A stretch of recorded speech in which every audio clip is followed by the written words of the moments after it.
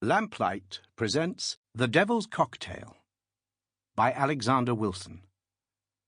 Narrated by David Timson. Chapter 1. An Advertisement. The famous chief of the British Intelligence Department leant back in his chair and looked thoughtful. The pattering of the rain on his office window and the subdued noise of the traffic in the street below appeared to have a soothing effect upon him, and to be conducive to deep reflection, for he sat without movement for nearly 10 minutes. At length he looked at his companion, and taking a pipe from his pocket, proceeded to fill it from a pouch which lay on his desk. "It may be a waste of time, and the loss of a good man for a considerable period," he said, when his pipe was going to his satisfaction, "but I have decided to send Shannon to India." The fair-haired, good-looking man seated on the opposite side of the desk nodded. "In what capacity will he go out?" he asked. For answer, the other handed him a copy of the Times, opened at the advertisement page, and indicated a paragraph in the appointments column.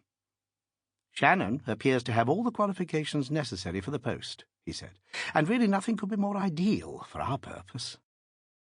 "But this is for 3 years," exclaimed the almost equally renowned deputy chief. "Surely you don't intend him to be out there all that time?" "Why not? In 3 years a lot may be accomplished, and I want a lot to be done. On the other hand, of course, Shannon may fail, but we must risk that." "I don't think he will fail. He's a pretty good fellow, and as keen as mustard. But do you think it is any good sending him to take up a position like this, where he'll be tied down most of the year?" "Yes, he'll be right on the spot in Lahore. And besides, he will, no doubt, have endless opportunities for getting about to other districts during the vacations, and they get pretty lengthy ones in the colleges in India. Altogether, I don't think anything could have suited our purpose better than this."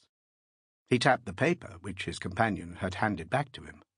"It remains now for him to be appointed." "Yes, and that is not going to be easy. Probably there will be a host of applications." "No doubt, but with his qualifications and the references we can give him, he should get the job." He rang a bell on his desk. "He ought to be in the building somewhere. I'll have him in at once." A secretary appeared. "Find out if Captain Shannon is here," said the chief, "and if so, send him up to me." "Very well, sir," said the secretary, and departed. After a few minutes there was a knock, and in response to the chief's invitation to enter, a young man came into the room and stood... Sample complete. Ready to continue?